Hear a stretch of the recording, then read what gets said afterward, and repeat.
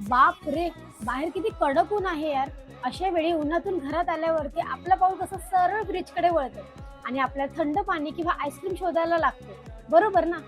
पण कधी विचार केलायस का? आपली ही जी एखादी सवय असते, ती नक्की आपल्या शरीराला लागली असते की मनाला? आज लायब्ररी गप्पामध्ये आपण या 4 सवयींचे प्रकार बघणार आहोत, जे ऐकून तुम्ही विचार करायला लागतील. बघ, या पुस्तकाच्या ना 4थ्या चॅप्टरमध्ये सवयींचे 4 मुख्य भाग पाडलेत. पहिलं म्हणजे शरीराची सवय, शरीराला त्रास. जसं की आपण खूप तिखट किंवा मसालेदार खाणं किंवा आपल्याला एखादं व्यसन असणं.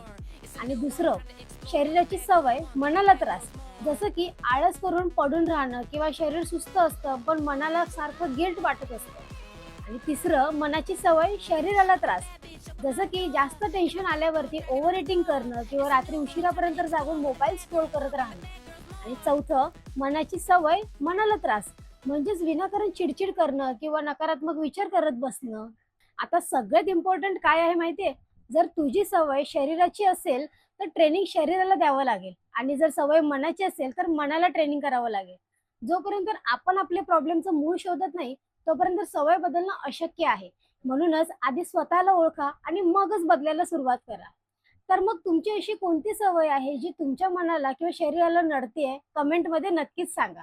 आणि हो, सवय बदलताना सुरुवातीला खूप वेळा अपयश येतं. पण अशा वेळी अपयशाचे स्वागत कसं करायचं हे आपण बघणार आहोत आपल्या सीरीजच्या पुढच्या भागात. तोपर्यंत लायब्ररी गप्पाला फॉलो करा.